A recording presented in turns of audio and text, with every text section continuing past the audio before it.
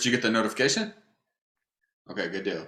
Good deal. No worries, because I got my juice here too. Whenever we talk for a long time, Awesome. we get thirsty, so it's okay. Cool. Okay, first of all, thank you for coming on. This is super nice. How has your day been? Good? Thank you for inviting me. It's an honor. My day was full. I had work and clients and a lot of different things, but I'm here and I'm glad I made it almost on time. But yeah. Yeah, no, it's okay. Yeah, it's been a busy day. That's good. Okay, so do you want to kind of, I guess, introduce yourself? Do like a quick little intro. Yeah, for sure. So Tamara, my name is Tamara. I am 30 years old, come from Serbia, and lived most of my life in Serbia. And then the path of education led me to Germany, where I thought I'll stay 2 years, but I stayed five, because after finishing my master's, I stayed there to work in the school where I finished my master's. And after working a couple of years as a professor, along other roles that I had there as well, I decided that I want more knowledge and more education. And yeah, praise be to Lord. I am now pursuing my PhD. First semester is gone, and I'm now in USA, in state of Tennessee, at lovely Lee University. And I what's guess that the would be path of education? yes. So the path of education was I started with studying finances, or it was called actually business and finances and stock exchange. Finished 4 years of bachelor's, and then the door opened for me to go to Germany and pursue um, a graduate degree or master degree in psychology, which was quite a shift, which was actually in marriage and family studies. And I was like, okay, I'm interested. So I started, I fell in love with that. And after being a professor or teacher of those classes in counseling, I was like, I want this more. And being also a counselor myself, I realized I need more knowledge. And so I am now at doctoral studies studying marriage and family therapy. That's So yeah, crazy. That's it insane. is. It is. But literally, time will come where I'll have to refer to you as Dr. Tamara. That's crazy. Yes. There will be a That's time exciting. in Yeah. some distant or recent near future, in like 2 years. So hopefully, yeah. What what kind of first started you to go into the business aspect and then from that shift so drastically? I always say like this sounds so like so usual that people say this, so typical kind of, but it's Yeah. really God. I mean, honestly, I let's say the finances. I was always interested in administration work, and even as a teenager, when I was deciding what high school to enroll in Serbia, back in Serbia, you kind of choose your major even in high school. And Mm. so I've chosen to be like going into finances and just administrative part of it. And after I finished that for 4 years, I was like, I like this. I want more. And maybe it was also options I had around myself.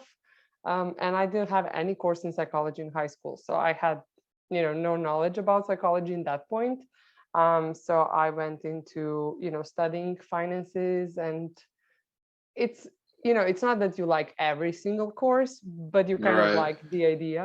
So I enjoy that. And then I wanted, my desire after finishing bachelor's, I was like, I want to go and study abroad. That was just my Oh. desire. And I was looking into some options and some programs. My parents have already sacrificed a lot paying for my education, and I was like, I want to either work somewhere and earn money so I can get there studying abroad, or look for options and find ways to Hmm. pay or get scholarships for education. And then literally, yeah, it was like my dad went to this conference where there was like a family friend who was working in this school in Germany, who knew that there is this program, and he was like, hey, would she be interested? And it kind of came into like a moment where I was like looking for options, but I didn't even know that that would be an option. So it's kind of, Hmm. like my desire plus like an offer that came. It seemed like out of nowhere, but looking back, I'm like, yeah, it was God, definitely. It was meant to And be. Yes, and so I was like, they had just two master degrees. One was psychology, another one was theology. And I was, Mm, as a woman growing up in an Eastern Southern Europe, you're like, yeah. there is no really job for me in theology department. But psychology might be interesting. And so Yeah. I started and I was like, hey, I don't even know what to expect. But after like first course and first couple of courses, I was like, this makes so much sense. I love it.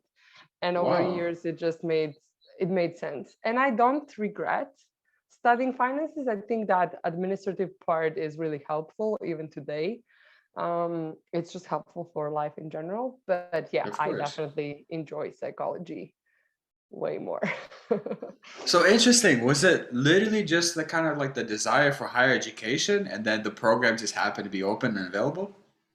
Yeah, in That's simplistic crazy. way, yes. It was also covered with a lot of prayer. My Right. Oh, family yeah. and I have prayed for like a year. My last year of college, I was like, God, I would like to go abroad. I would like to study. I was still looking into some options like MBA studies, even looking at, business administrative master's degrees in the States, but any door kind of, even if it seemed like it was open, it then closed. And I was like, okay, I'm gonna go and be a flight attendant because it seems like they pay quite good, and I can like collect money by being a flight attendant in like Middle East Yeah. and get that money, and then maybe I will have enough so I can go and study abroad. So that was kind of my thought thinking, because Mm. unemployment rate or like opportunities for employment in Serbia in that moment were really low, even Oh, with a college degree. And so I was like, what are my options? So it was like a lot of figuring out and praying and knocking on some doors.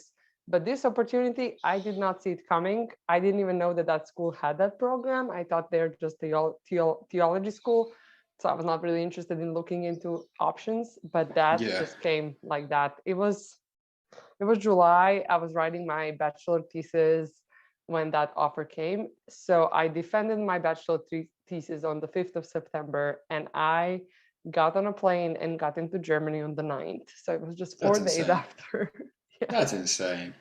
it is. That's crazy. What do you think kind of why do you drive so much for education? Because that's kind of not necessarily rare, but to be a Mhm. student your entire life, like a lot of people just kind of give up after high school or like some year of college they said no more, I'm gonna just go work. What kind of drove you to continue?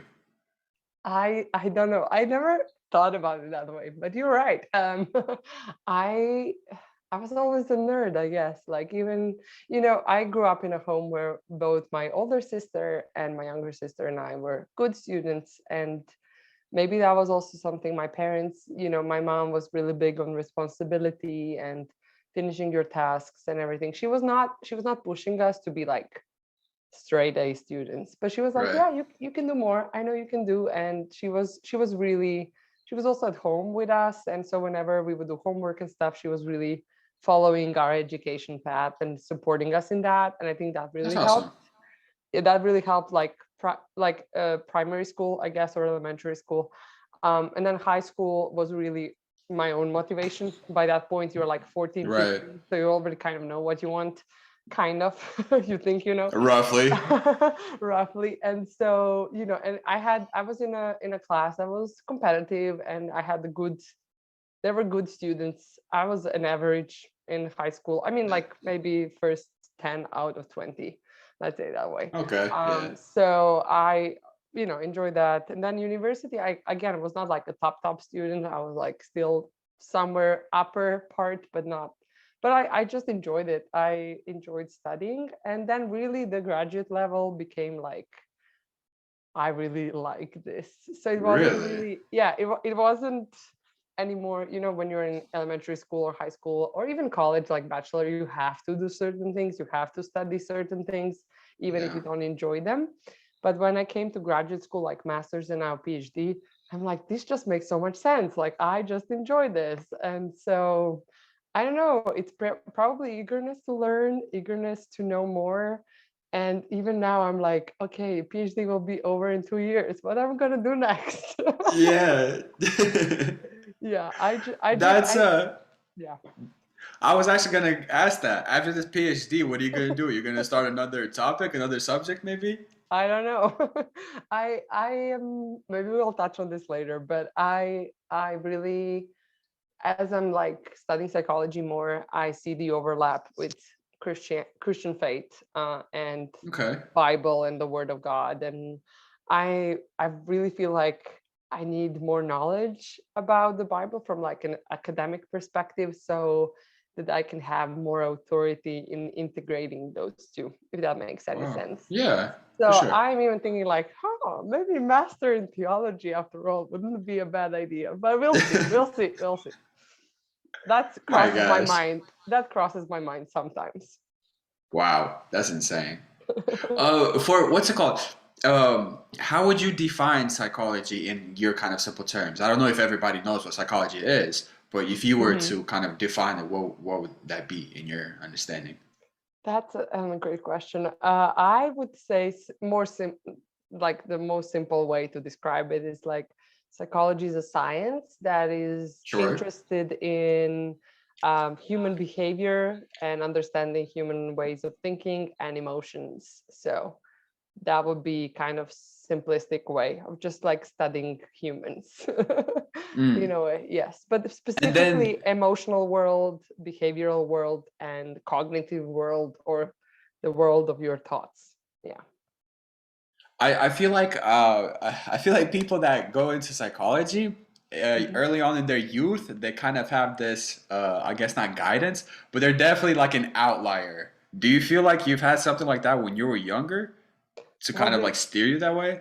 what do you mean by outlier? I'm not sure if I Well, know what for that means. example, I feel like people that go into psychology, Mhm. they're quite different sometimes. They're very observant. They're Mhm. always try to take a step back and just look and not necessarily judge, but like observe everything, give a reason to things. Like, oh, you're acting this Psychoanalyze way. you. Psychoanalyze. Exactly. Yeah. Do you Yeah. feel like you had that when you were younger? Maybe like I don't know. already? I can't really pinpoint that that was the case. I can definitely say that I was always considered a good friend, and Okay. I had like those deep conversations, middle of the night, you are sitting and talking with Right. your friend, Yeah. and everybody kind of gives you their report on their romantic life and things like that. Yeah. But I really, honestly, I didn't think about psychology as my field at all. I just did not think I was, I don't know. I just didn't think about it. Like it was interesting, like some of those books about, I don't know, five love languages. I heard it even before Yeah. I was a psychologist. And even though, some psychologists would say, well, that's not really scientifically based and so on. It was interesting, right? And some of those personality tests, like what kind of personality you are, like those were interesting, but I never thought of myself as, yeah, like being super observant. But of course, with time, as I'm like studying more, I definitely am more analyzing. I'm not Yeah. psychoanalyzing everybody. It's not a thing, but yeah, you kind of get that worldview in a way. Yeah. Are you? You said that like psychoanalyzing isn't really a thing. Are you able to kind of like turn it off and turn it back on? No, I think that people say, "Oh, are you a psychologist? You're psychoanalyzing me," Yeah. and Right. like, no, I have other things in life to do. Like, I can't Yeah. constantly be on, right? But that, I call it the therapeutic self, like the therapist role that Okay. you Yeah. play in your, when you're in therapy, you are a therapist, and that becomes part of you. So you bring it up in family conversations, you bring it up in friendships that you have. You just kind of have those moments where you're like, what do you think about that? And how does that connect? And so some of my friends are teasing, like, oh, I have my own sessions with Tamara over lunch because, I just Yeah. ask those questions. And in Serbia, we have a phrase which is called like professional. It doesn't sound good in English, but professional deformity, which means like you bring your professional role into everything. Oh, um, nice. so it's like you just keep doing it without intention. So that definitely happens at times where I would ask questions that sound so therapists like questions, Yeah. Yeah. And the person that you're talking to is kind of like, oh, wait a minute, are Yeah. you doing your thing right now? Yeah, That's yeah, interesting. yeah. What made you want to go specifically into the family setting of the therapy or the Yeah. psychology? Um, Honestly, it was just the only option that was there. And before I Oh, even engaged into that world of marriage and family therapy or marriage and family studies, I didn't even know that there is so many different areas of psychology, right? Psychology is like right, sounds like yeah. this big, shady, whatever group of just different everybody's psychologist, like it's all in one basket. But when you start studying it, you see that there is different modalities, that there's different ways you can be, right, different roles you can play as a psychologist. You can be an educator, you can work in a school setting as a school counselor, you can Hmm. be a scientist that is doing research in lab. You can be doing psychological evaluations in like crime and justice, a part of um, let's say the department. So there is so many roles, and one of them is definitely being a therapist, and that's something people assume when you say psychologist. They're like, ah, you're doing therapy. Not every Yeah. psychologist does therapy, Hmm. and there, some of them just do some other things. But I would say that when people say marriage and family therapy, they think it's just for marriage and for families. But actually, marriage and family therapy stands for, it developed somewhere around like 60s, 70s, and it was really focused on, before people were focusing, it's called clinical psychology. So you come in, for example, as a client, and they're like, okay, what is wrong with you? You have this diagnosis, you have that diagnosis. Let's do this to fix you. And then, there was a kind of a wave in psychology where they were like, well, if we bring a kid and kid has this behavior, um, let's see what's happening at home. Let's see what is the relationship dynamics with family, with parents, with one another. And so let's look at the system. Let's look at the system that is around this kid. And is this kid really just bad on himself, or there is some things in the system that are not functioning well, and this child is just acting those out. And Hmm. so marriage and family therapy today just stands for this systemic approach of looking at, when you are like making, this all sounds very professional, case conceptualization, when you are like trying to understand where this person that is coming into your therapy session comes from. You're looking into family, you're looking into patterns, you're looking into the history, and you're just seeing what the role did this person play in their family and how did that impact them. And so even though I'm called marriage and family therapist, I'm actually doing individual therapy as well. I can do, play therapy with kids. So I can do all these different modalities. I can give diagnosis as well. So I can do all of these different modalities. It's just from this systemic approach, if that makes Hmm. sense. No, it for sure does. And Yes. what's it called? Don't worry about the professionalism. This is kind of what we're for, Yeah. you know? Okay. Like if we Okay. can dive into it, then we can dive into it. Let's do it, you know? Yeah. No need Yeah. to apologize. If you're educated, educate us, you know? There's Yes, I want to just bring it into a way where everybody can understand, even if I use a for sure. fancy word to explain it. That's what, yeah. Right. All right. Do you find yourself working more with like grown adults or children? I feel like over time, you know, when psychology became more popular, it came more into the medical field or into the sciences, got approved more often. It seemed as of initially it was very kind of frowned upon. Like if you do therapy or if you're going to a like a psychologist, you're like, oh, something is wrong with you. You're mentally Yeah. unstable. But Yeah. more over time, we see that it's more accepted. It's even, you know, pushed for. Like, you know, if you have an issue, if you have something bottled up, go to a therapist, go to a psychologist, let it, you know, flow out. What do you find yourself kind of about the whole process? And now, do you deal more with older people, with younger people?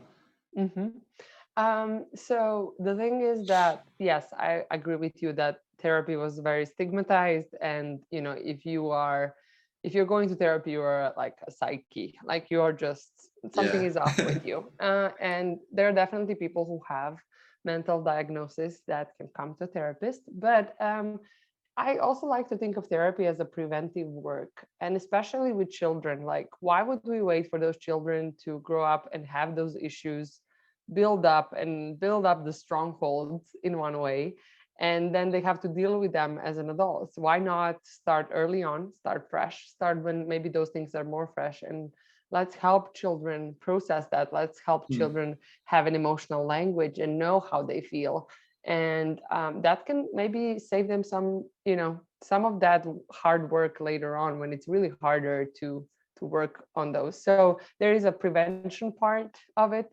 definitely, and that's why I think it's becoming more popular, because people are like, I have this deep emotional issue, like, why don't you go to therapy and work on that, rather than like piling it up or ignoring it, and then that bursting out in some random moment in a, random relationship. So there is a prevention work, but there is then also intervention when horrible things have already happened, or not so horrible, just hard. Life is hard, and Yeah. sometimes we just need somebody to walk alongside us. And I like to think of myself as a therapist, as a fellow traveler, and that's a phrase that one of the psychologists use. One of the famous psychologist, Irvin Yalom, he uses that as like, I'm there to just walk alongside you on the journey of life. And whenever there is an obstacle on that journey or that path, I'm going to help you, or I'm there to help you remove it. So, Hmm. so yeah, that's why I think it's getting more popular, because people are like, oh yeah, this is helpful. And word of mouth helps a lot. If you go to Yeah. therapy, you become open about it, you say to somebody else, hey, this really helped me, maybe you should check it out. That kind of helps. And especially in the Western world, I feel like it's Oh. just a lot of more, there's more resources, there is more options, there is more like, it's normalized to some extent. So it's a nice atmosphere. When you go to Europe and you're going a little bit more east, or central east, it's gonna get more, still it's more stigmatized, and there is a lot of like, yeah, why, and there are not even resources like here. So Yeah. all of those psychologists and therapists and centers for play therapy and things like that, that almost does not exist. So yeah, we are still in the world where there is some places where therapy is getting normal, and in some places where it's still really a big taboo. But that is far away from your question. Your question was, who am I working mostly with? So This is a good answer. yeah, I have, so I work in a center. It's called Marriage and Family Therapy and Play Therapy Center here at the university. And it's part of our program, and all of our students can be interns there and do therapy through that center. And because we have a lot of interns and we also have a lot of clients, we sometimes can try to find those that we fit well in. So in one way, you get exposed to a lot of different things. Like, I do play therapy with kids, I do couples, I do individuals. um, but then with time, you kind of get to find out what is your style, what is your vibe, Hmm. and you Yeah, that kind of makes get sense. more and more of those clients. So the clients that I like working with is mostly young adults, so early 20s, late teens, that kind of, I call it identity formation. So when you're trying Yeah. to like figure out yourself, differentiate yourself from your family, but still, like, how do you remain all of that, and who are you, and what is the purpose in life, and all of that. So I really like working with that college age group. And then I love working with couples. I'm kind of fresh in that area, like working with couples, but it's really, really interesting and I really enjoy it. So yeah, that's kind of my vibe. I got kind of two follow-up questions. One of them Hmm. is why do you think back then therapy was so frowned upon? And then why do you think still to this day our Eastern brothers or Slavic people, Yeah. nations are so like against it, are so hardened in heart about that? And then the other question is that age group is wild. Is that one of the reasons why you like it? Just because it's like crazy, whatever can come out? I don't know. There's just something about them. I guess that's an easier question, so I'll go with that. There's just something about that age that I just enjoy. And I think maybe because big passion of mine is actually being a professor, and that's why I'm pursuing PhD, because I want to be a college university professor and work in that area. And I worked a couple of years in Germany, as an RD, like residence director in the Okay. dormitory that I was living in. And then I taught a couple of classes on different parts of like different psychology classes, and I really got connected with that group, age group. And so I think that's my love for that group just kind of Hmm. flows into my therapy session as well. And then in terms of stigma Yeah. about therapy, I don't know. I don't maybe have an answer. I have a hypothesis. So I might have like, what is my opinion about it? But let's see if I'm right or wrong. Um, I think there is a part of people assuming or connecting therapy or connecting psychology with some of the early founders. Like one of the persons that people connect psychology the most is Sigmund Freud. And Sigmund Freud had like brought in a lot of breakthrough into that science field, into biology and medical field, because medical field was dealing mostly with psychological issues before psychology became a science on its own. And so him as a doctor, he was like, there are some more things there. And so he started developing his own theory about personality and subconscious mind and conscious mind and all of that. And he also developed an idea about how we develop and what is the focus of our development, where a little bit of that part of, how can I say, that sexual part of Freud came up. And but today Oh. people are just like, Freud, weird stuff, weird sexual stuff, psychology bad, right? And Hmm. also because we are Christian nations, and a lot of early psychologists were atheists, so people just also throw that into a basket. And I think the last part that I have heard a lot is like, and this is not just Slavic population, this is also even like West Germany. I was in Germany for the past couple of years, and even there it's not so common. And I think maybe there is that hesitancy of like, um, my grandpa did not need therapy. He turned out just fine. Why would I need it? Yeah. Yeah. It's an interesting point of view. Then kind of tradition, right? Like, Yeah. hey, world was much worse than it is today. We have so many things. So talking about my feelings seems ridiculous because we Yeah. live in abundance. We have all of these things, and you know, if my grandpa could survive World War I, World War II, and all of that craziness, why should I go to therapy? um, Yeah. and so there's that resistance, I think, a little bit. And then of course, like how people look upon it, if you say you go to therapy and others are like, ooh, then you're not going to go, or you're not going to be encouraged to share about it. So it's Yeah. changing, though. It's changing, so I'm hopeful it's changing. But yeah. It's slow, but it's steady, right? Yes, yes.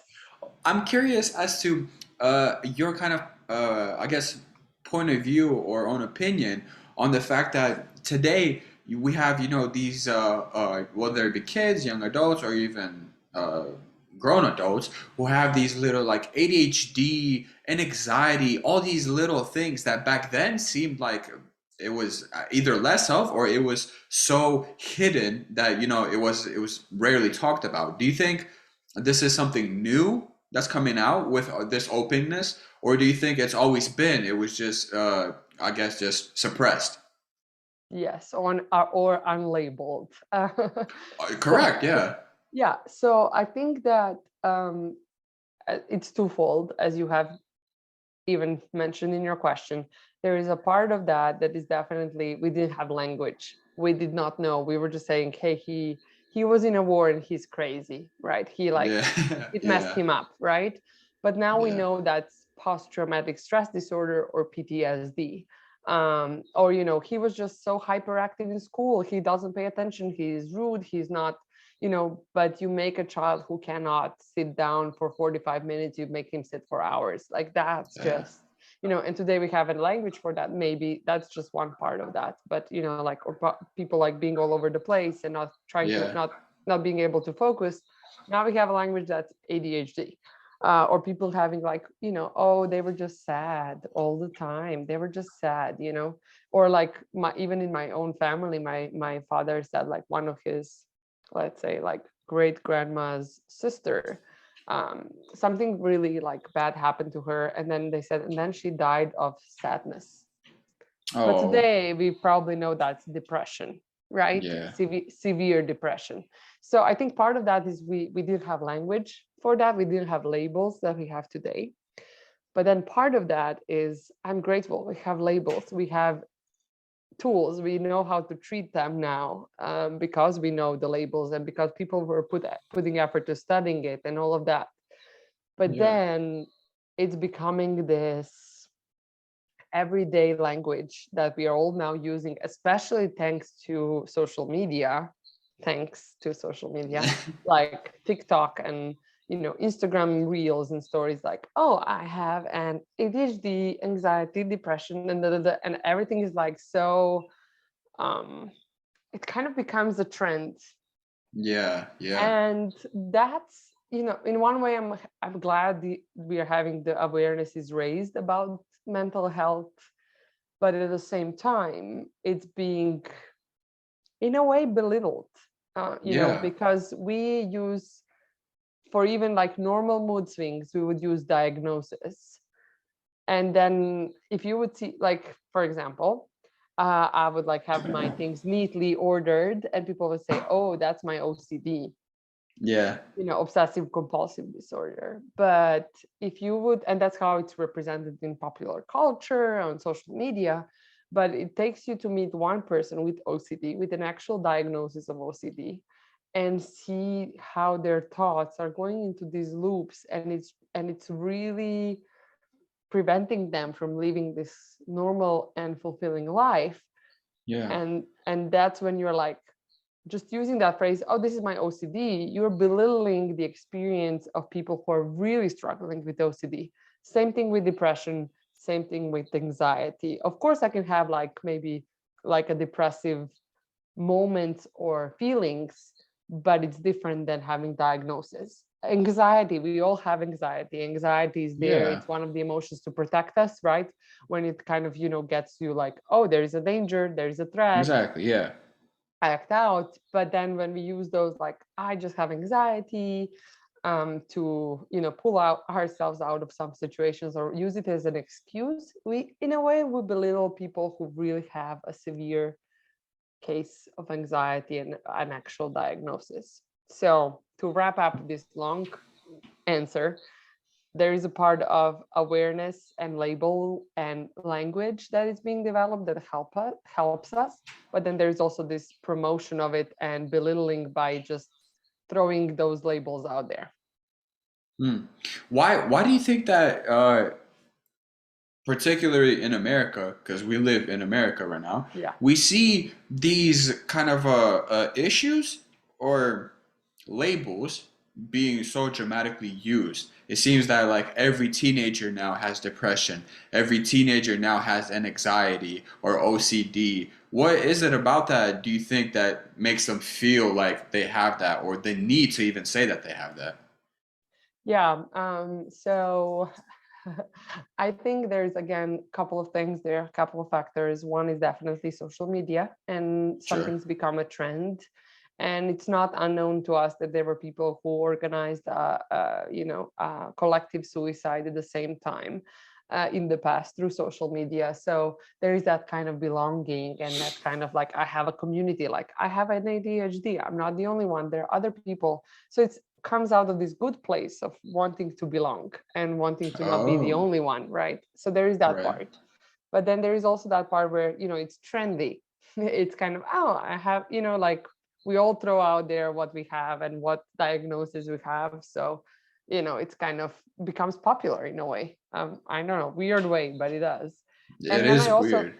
yeah, and I also feel here in America, because of the healthcare system, and because of the insurance system, there is definitely a part of, in order to get some treatment, for example, in order to get medication, in order to even get therapy, you have to have a diagnosis, so that your health Okay. insurance Hmm. will cover that, because that's kind of, you have this. It's called DSM.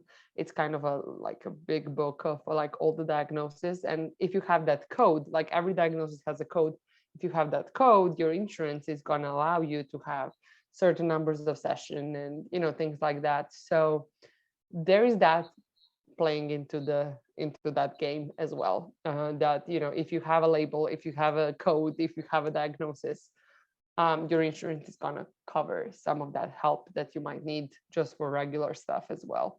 So I think that's yeah, that's and we are unbalanced world. We swing from one part to the other, right? We go from one extreme to the other. So maybe Yeah. we are seeing also that that pendulum going from one extreme Yeah. to the other.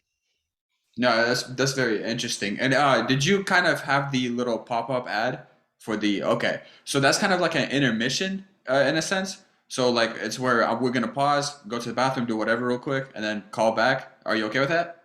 Yep, Okay, perfect. fantastic. Let's go ahead and do that then. Yes, see All you. right, great. Yes, ma'am.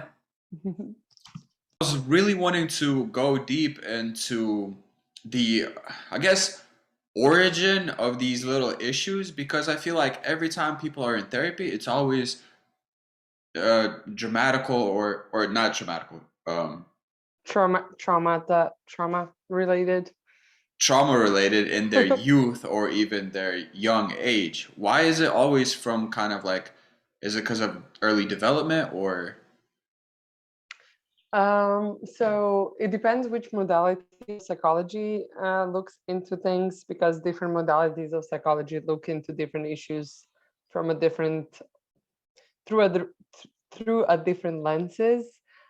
So there are some modalities in psychology or generally in therapy that they are just focusing on future or focusing on present. And then there are those that focus on past, future, and present, and some that focus only on the Mm, past. And I think part of that is because in our formative years, like childhood, there is a lot of things that impact us. There are a lot of things that like it's in a way, like in math, for example. If you don't learn math good in your like elementary school, you're going to have a yeah. hard time later on, and you will have a lot of catching up to do.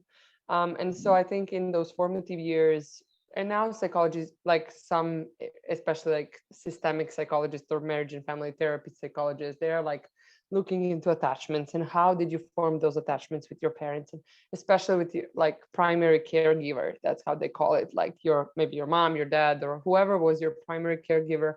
What was that? How were they handling your emotions? How were they attuned to you? Could they read your face? Could they read what was going on?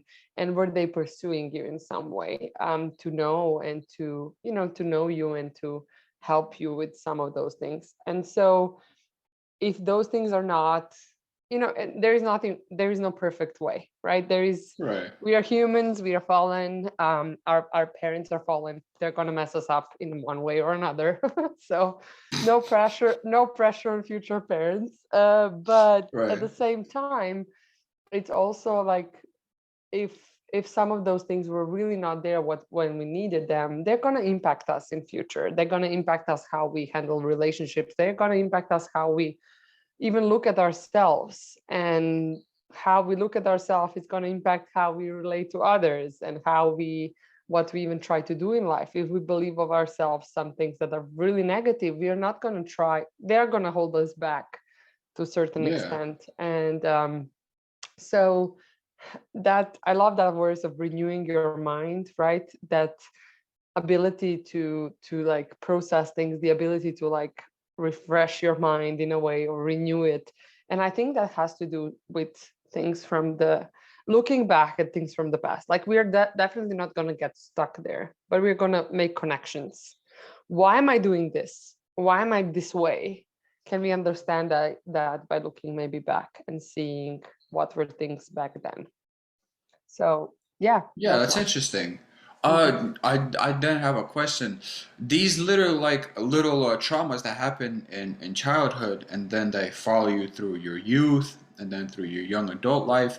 And then let's say you start getting therapy. You start realizing your connections as to why you feel that way. But in the future, you know, when you do that act, you still have that trauma relate back. Do you ever kind of pass it, or is it always going to be in the back of your head, always going to be on your mind and thoughts? Well, that's a good question. So I don't know if everything that happens in the childhood that is not great is trauma. There are definitely Right. some, it's we talk also a lot in psychology about resiliency, right? The ability to Yeah. bounce back, the ability to, that some situations they stretch you, but can you go back, right? And how do you handle those difficult moments? So not everything that happens in childhood that might be difficult or might impact us later on in life was traumatic. Some of them were, some of them were not. But I think that uh, your question was again, remind me. No worries. It's about like in the future, are Ah, you always yes, going to have yes, these? Go yes. ahead.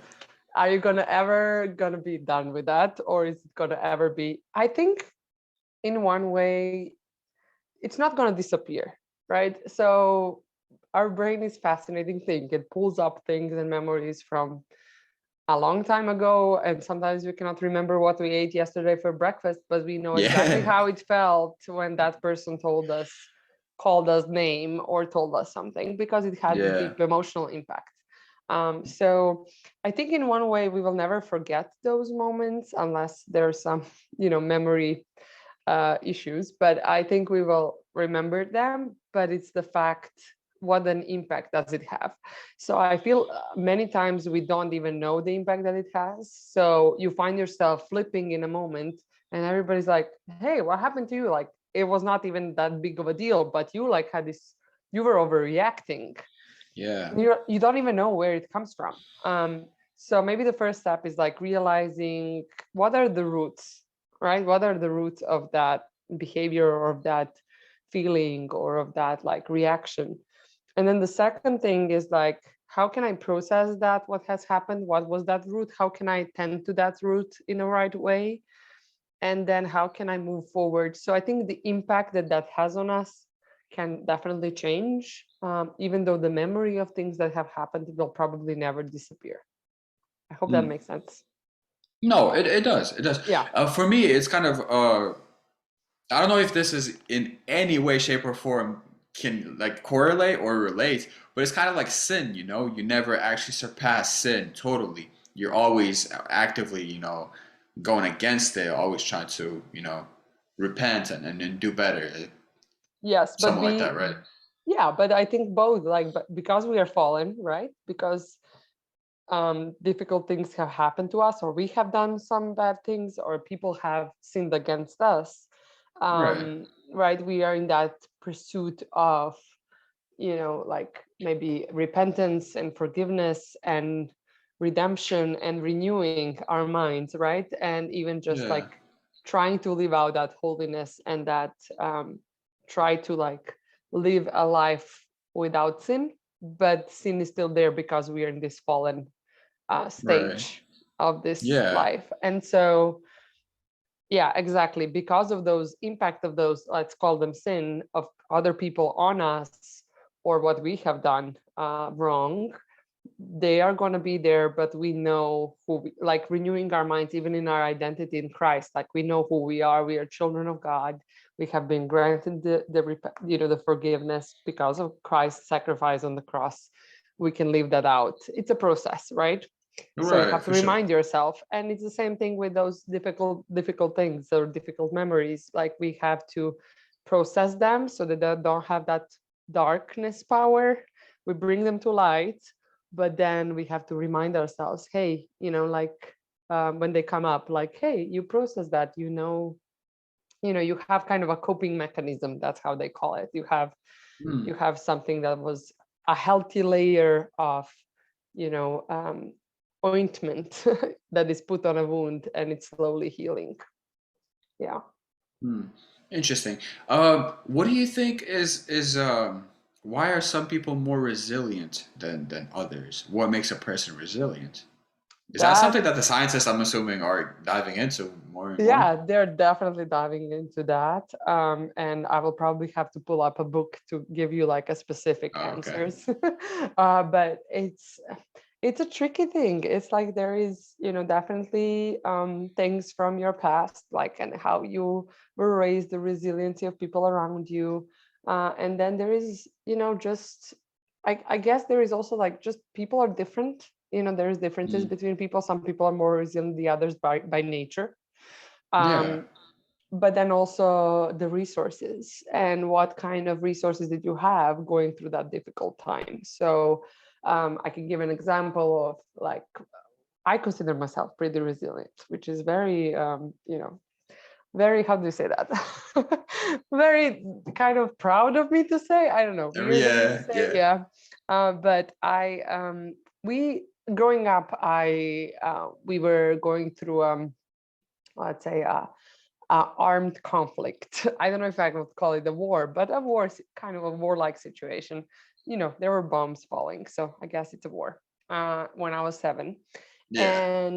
and even though that is by all means and definitions and traumatic experience, I when I look back, I definitely have memories of it, and some of them are even surrounded with humor, because of just the way some things happened, right? But Yeah. at the same time, I can just really pinpoint that my parents and their resiliency, and in a way how they keep the structure.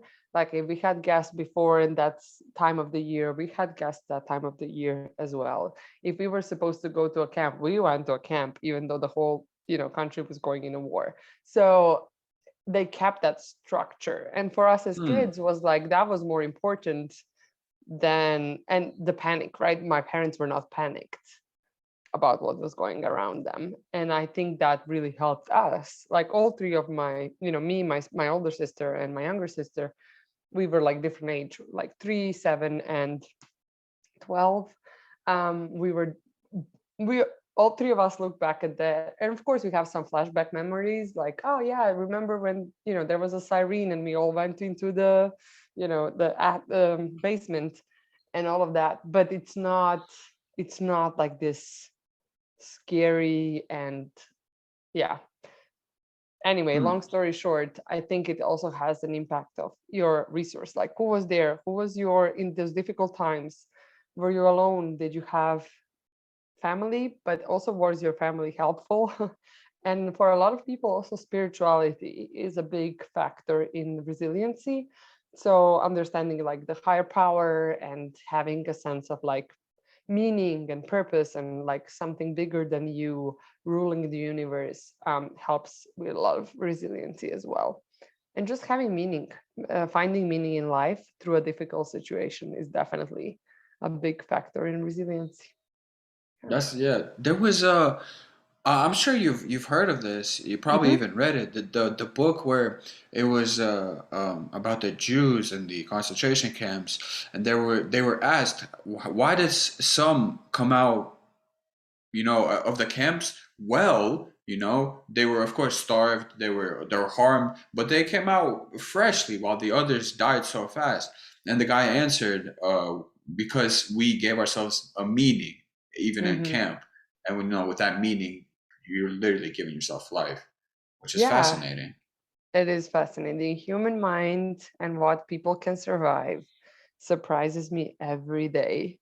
From Yeah, reading through some testimonies of people going through that kind of situation, like concentration camp, to people just like perpetually, continuously being exposed to loss and, losing children or losing family members, or, just having so many difficulties, being like as maybe adopted kids, being from, or foster kids, going from one family to the other, and being yeah, abused and being all of these things, like, and you're just wondering, how can they laugh, how can they smile, how can that be normal?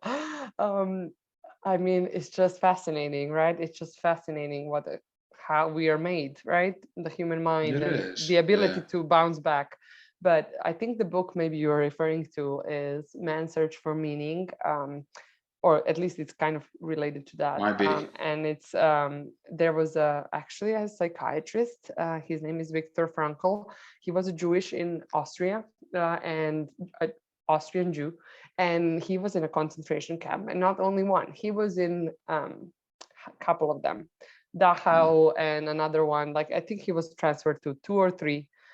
He lost his wife, his parents, like his whole family, he lost in concentration camp. And for him, it was interesting because he was not only, like going through a concentration camp, but he was also a psychiatrist who was going through a concentration Yeah. camp, which was for him, he was observing the behavior of other people. And so his book is just, it gives some foundation to his theory, but it also looks back through some of those experiences. It's a great book. Highly recommended. Man's Search for Meaning. It's like short. You don't have to read the theory part of his psychological Yeah. theory. You can just read the first part and it's already fascinating. But I think he's suggesting two things through that book is that people still have choice, and people can find meaning even in the most difficult situations, and those help them persevere. Um, and so what he's saying there is that either people who found meaning in losing their life in concentration camp by like saving others or helping others, right? There were those people who died, but they died for a higher cause. And then Mm. there are others who have just given up. And he said the moment you realize in their eyes that they have given up is the moment when they either die from just like their body just gives up, or they do something stupid like try to escape or try to like cross the officer and then they got shot. So it's just that point. And he said, and then there are so many of us that were just thinking about like imagining ourselves what we will do after this is done, like finding myself teaching or finding myself doing this, or even like looking forward to be reunited with potentially my family, or those things kept people going. So it's just fascinating That how is we can fascinating. survive. Yeah. Yeah, but that's crazy to have that mentality and thought process of going through all that and still thinking of the future, still being hopeful. Yeah. That's that's hope is incredible. hope is a big thing. And even in our, like even now with my clients, with some of my clients that are maybe struggling with just like life is hard and so many things are difficult, a big part of our therapy is just increasing hope and Mm. instilling hope. And that is, you can do that by like connecting them with resources that are out there that are like, hey, look at these people, they were also going through that, you're not alone in your experience, or we are here for you, right? Having that community and having other people walking alongside you on that journey of life. But then also having just kind of, yeah, like pointing out good things, right? You're like, hey, you're making it, it's hard, but look at what you did, look at what that, like that also helps, like you're capable, you can do this. So you can increase hope or instill hope in them. And of course, for us as Christians and for people who are spiritual, yeah, believing that God is there and that God has you know, his presence in our life and Yeah, walking with us in our suffering. And we even have God who went through suffering for us. So he's not yeah, just out yeah, there like, I'm with you. He was like, no, I experienced this. I went through this for you. So I know exactly, right? That passage there that says we have a savior who knows exactly how it feels to go through the trials of life. And this is my paraphrase. This is Tamara James version, but you know what I mean. right. So yeah, I think that that definitely helps people and still have hope for change and hope that things will get better. Yeah. I have a question about your work experience. Have you had an opportunity to kind of have sessions with both people of faith and people of not? Yeah. Hmm. Yeah, a Yes. dramatic difference or no? Dramatic difference in what way? Well, I guess in the sense of, I think a lot of I'm gonna compare atheists and then to Hmm. believers. I think a Hmm. lot of atheists they say that well, you're a Christian because you're just simple-minded, or you need something to believe in, or you need that hope to continue life. Me, on the other hand, as an atheist, I don't care if there's a tomorrow. I don't care if there's a black abyss. I just continue power through because I don't know what I am, but fill in the blank. Hmm. Hmm. And I don't know. Is there, I guess, a difference in the psychoanalysis or in the therapy session or in their everyday kind of life, in a way? Yeah,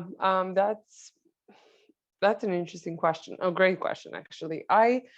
So most clients I worked with are Christians. Now they're Christians by on paper, some of them, right? They're just, Oh, okay. in a way, That's like interesting. Yeah. I'm a Christian. Like either I used to go to church or my parents were going to church, but I'm not going anymore. And I don't identify with any of that. So, like especially in the Western world, Christianity is kind of part of your identity.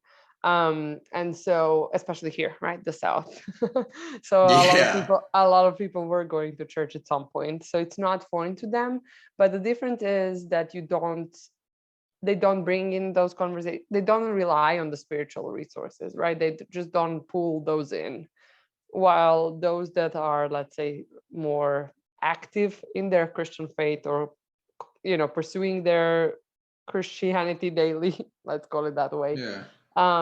you can, I think spirituality, or just like relationship with God, is a great resource that you can rely on and pull it in. But on the other hand, people are same in their struggles, and so I don't think that there is a lot of difference between human suffering in general, because again, as one of the Bible verses says, like rain falls on righteous and unrighteous, on just and unjust. Like we're just all exposed to life. Now the question is how we go through those is by pulling different resources that are going to help us sustain.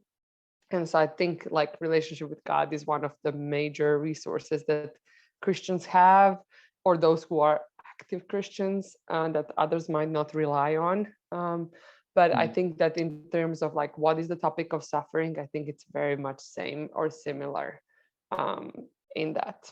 Yeah. Do you find that, I guess, in the similarity is, as Christians, we kind of uh, gather together and support one another. And then I think, I'm sure atheists have the same way, they have their own community of belief or like Disbelief. beliefs or disbelief, Yeah. yeah, or lack of, I should say. And they Yeah, kind lack of of. just gather and support one another in that sense.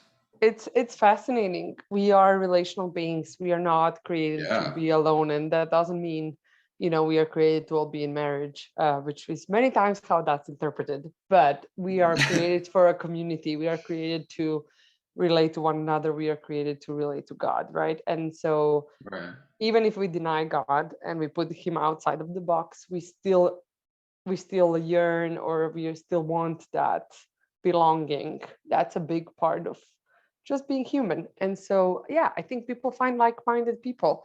And we have Christian communities where we like express our faith together, we worship God together, right? Or just get engaged in those conversations. But then people have all kind of interest groups, which I think is slightly different between, because as Christians, as church, we are family, a body of Christ. So Yeah. you don't get to pick and choose who will be in your Yeah, sure, actually, yeah. church, right? In your family, as the same way you don't choose who is going to be in your biological family. But I think people in interest groups, they do choose kind of, with whom they're going to hang out. But still, Mm. yeah, I'm sure, as you said, like they definitely find belonging in community. And another similarity I would say is resistance. So people can pull out, regardless if they're Christian or not Christians, they can pull resistance to therapy or resistance to change. And some of those language will be different, but it's the same thing. Like, for example, non-Christian would say, like, well, my grandpa didn't need therapy. Why would I need therapy? Or like, I tried everything, it's not working. And then the Christian, you can imagine, would say, why do I need therapy? I can just pray it away, and I have God. And there is even that hymn that we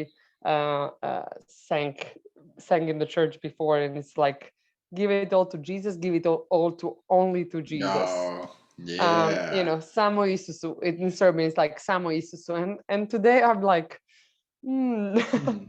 I don't know if even Christ, like in his moment of suffering, he looked upon his mother, Mary, and he said, hey, look, this is your son. So what I'm trying to say, like, he wants us to be connected to one another. He gave us this body of Christ that is supposed to be this great family of support, and of course a little bit of like sharpening and Yeah. calling us out, but at the same time, like, it's supposed to be, yeah, it's supposed to be this family. And I think that yeah, we sometimes use that, like, I don't need anybody, I just can tell it all to God. The word of God says, don't be anxious about anything. So why are you anxious? And yeah, so there is resistance on both sides to change, to Yeah. therapy, to just, processing stuff and things like that. So there is definitely that on both sides. We just use a different language for it. That's a, I'm curious, how has psychology helped you kind of understand the Bible differently? Or now you're saying that, you want to go into more the theology view to connect it even more. I'm curious as to what connections or how did it change your perspective or point of views on the disciples, on the all these characters of the Bible, because they're all kind of crazy, to be honest. Yeah. So I'm just curious. I so as I said, usually psychology and faith or theology or faith or Christianity were just like these separate Yeah. things, partially because people who were starting who were first pioneers in psychology, most of them actually grew up in a religious homes, and then they were just like breaking free from it, and they just kind of turned completely to the other direction.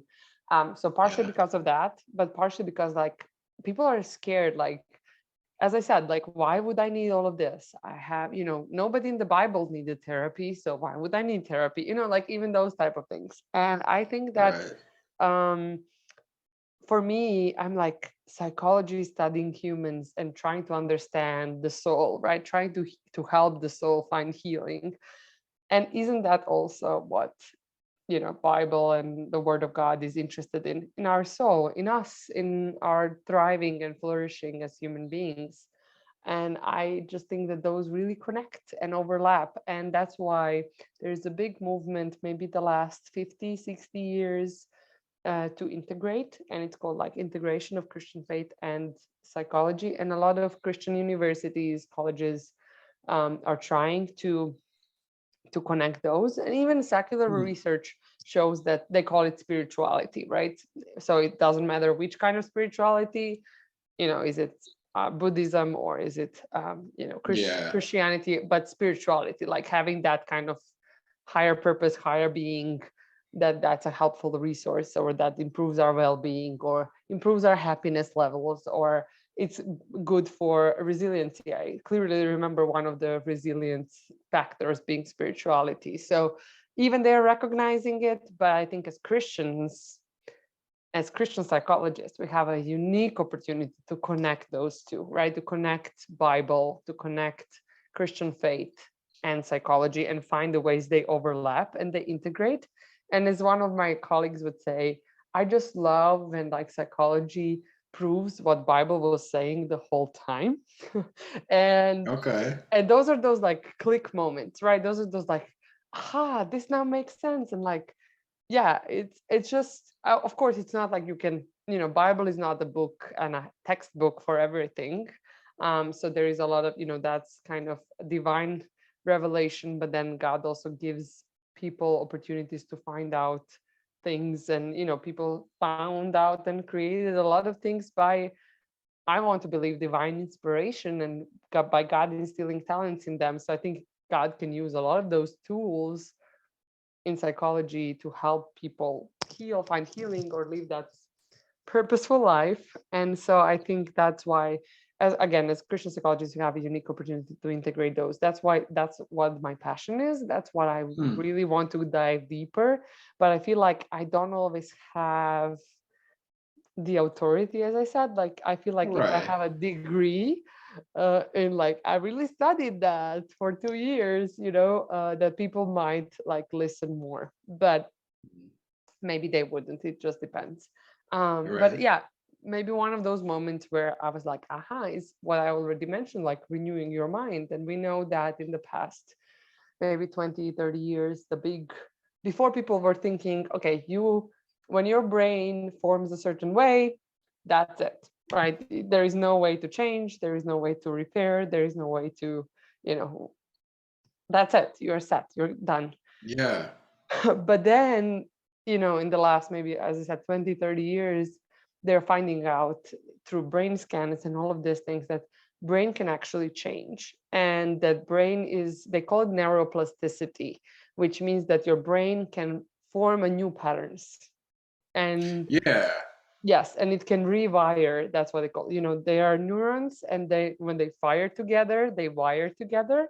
But if you kind of flash the different neural path, it will establish a new network. Yeah. So renewing your mind, which Bible was saying for 2000 years, we actually have a scientific proof that that's possible. Even physically, your brain can rewire, and that's fascinating. So that brings a lot of hope that addictions and things like that, things that like bad habits, that can change. Of course it's not easy. Of course it takes a lot of Right. time and effort and hard work, but it's possible. And so those are those aha moments, like, hey, renewing your mind, what Paul was saying, like daily. And I think, like, wow, yeah, like psychology is now proving that's possible. um, that would just be one example. But then also, as you said, like looking at different characters and recognizing the emotions that they were going through, or the stages they were going through. We know that Elijah was extremely depressed after the whole big event that hyped everybody up, right? And he, Yeah. the fire fall on this sacrifice. He went into extreme depression, and he wanted to die, which today we would call a suicidal ideation, right? I just want to die. I just want this to be over. It's extreme depression. Or we can look at some of the other characters, like Ruth, for example, going through a severe trauma of, like, losing her husband, losing all of those family members, going into a new country, and all of that was playing in, right? While at the same time also seeing the power of community, the power of relationship, even if it was not a romantic relationship that Ruth and Naomi had, but like that network, right? And how powerful Yeah. that was. So I, even in one of my classes, we took like one passage of the Bible with a different character, and we were trying to understand, like, imagine yourself going there. What would be emotions you would feel? What would be like, let's look at the human aspect of some of those Bible characters, and not just as like Bible superheroes, which they are, but they're humans, and they were humans like you and I, and they had emotions, and they were going through tough times. And yeah, so it's helpful to understand, to make us more connected, and Hmm. to understand ourselves better, and sometimes even give or accept that grace that God has given us as well. Yeah. Yeah, that's a fantastic point of view. It's like, whenever there's a beauty in science and history, or in the sense, theology kind of coming together. It's really Yes. nice. And over time we hope to for it to literally unite, but that Yes. will come. Um, Yes. I'm curious to ask you this one question. Do you Mhm. have a favorite character of the Bible? Um, Jesus. No, you can't say That's out, Jesus. right? That's out of question. Right, right. I always liked Joshua for some reason, and I think, honestly, the reason is because I like the cartoon character in one of the series that played Joshua. But no, seriously, I think Joshua is just fascinating. I think he's such a faithful servant leader, and what he has gone through, right? And all of that, like following the footsteps of Moses, being in his shadow and Yeah, not minding that at all, like just being so faithful in that role. And then God using that humbleness and meekness and raising him into this wonderful um, leader. But then at the same time, he was the one who was like, hey guys, we can do this. Like, he was trying to instill that courage into others, because he's like, God is on our side, let's do it. And then think about it, he had to wander 40 years with them in a desert because they didn't want to follow him and Caleb into the promised land. he had to go through that. Like, it's none of his fault. He had to go through that for 40 years. But compared to all the others, he actually got to go into the promised land, and not only go, but also lead them into the promised land. And then Hmm. all of those, struggling with people are difficult and they forget, and trying to remind them, trying to, also deal with things that were not right, and be, righteous, but also like, yeah, I just love Hmm. Joshua. I just find him fascinating. That's interesting. That's also, yeah, it's an interesting point of view. That's Yes, nice. yes. What's well, honestly, we do only have like 5 more minutes, so I don't want Yes. to go into depth, yeah. Because we have been going for roughly an hour, It's crazy, and I've been right? talking a lot, so Oh, that's it's the whole point. That's the whole point. You talk, I listen, I learn. yeah, cool. Thank you for being willing to learn. That's really cool. No, I am. Curiosity gets the best of me, So I'm just Yeah. here to be a part of it. I'm just a Hmm. vessel. No, but that's fascinating. What are you most excited about the future? I guess for like wrapping up, it's a Hmm. future is always a good topic to talk about. It's in Yeah. conclusion, right? Yes. So what are you most excited about in the near coming future? So I'm excited about just diving deeper into this topic, right? And just studying more. I have more classes coming up. I'm definitely working with more clients, working with more diverse population, and just, seeing them hopefully progress, and maybe have to Yeah, say some heartbreaking goodbyes, because that's part of the process. You get attached to them and you have to say goodbye. But yeah, yeah. looking forward to that as well. And then, of course, looking forward to teaching. I'll have some opportunity to teach this fall, in a different country with a Congrats. different group of students, and on a college. So that's pretty exciting.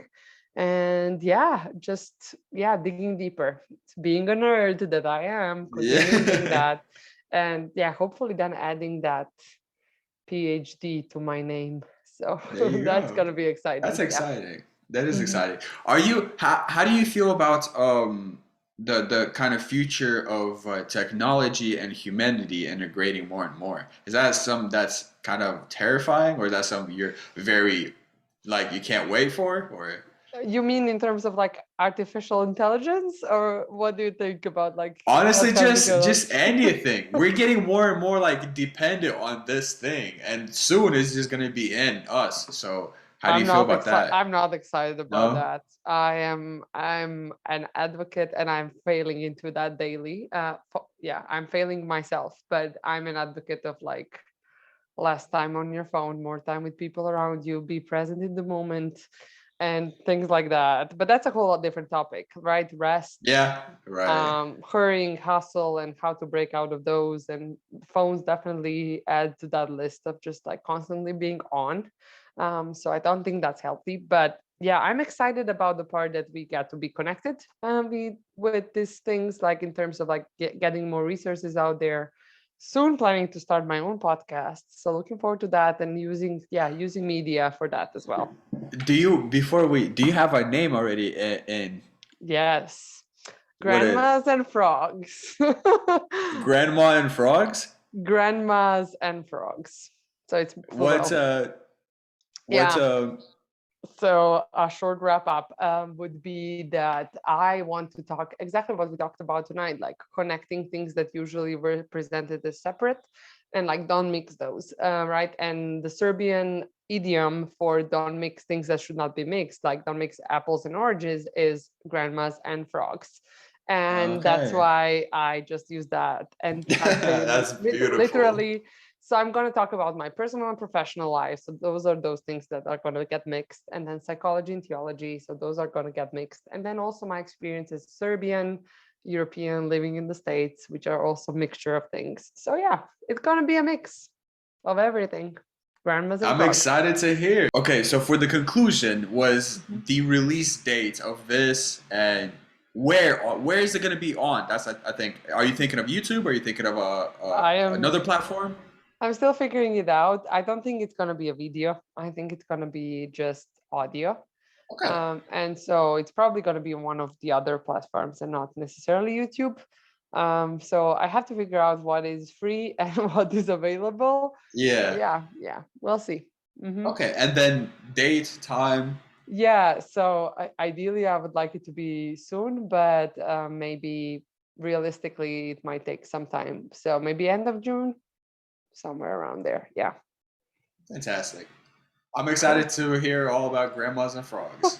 Thank you, Mark, and thank you for this Thank you. wonderful conversation. It was really, Of course. yeah, it was wonderful to talk to you, and thank you for your eagerness to learn.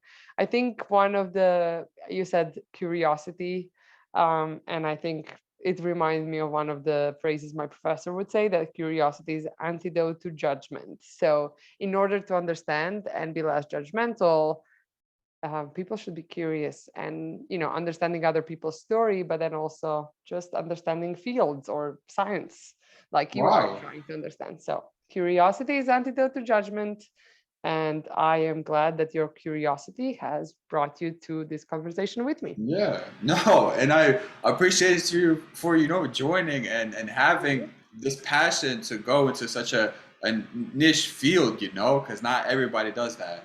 And it Yeah. clearly you're passionate, and it's gonna take you so much further in life. But that's exciting. Thank you so much, Tamara. Genuinely, Thank you, I hope Mark. I hope Thank you have a you. great night. You too. All right, bye bye. Bye. All right, that was fantastic. That was really good. Thank you all for staying throughout the whole video. If you didn't, shame on you. Not really. I don't blame you. But with that being said, the usual, you guys, stay humble, stay blessed, stay tuned. Uh, Hopefully, there'll be more to come with the motto, without the motto, with everybody and anybody. Thank you all. Cheers.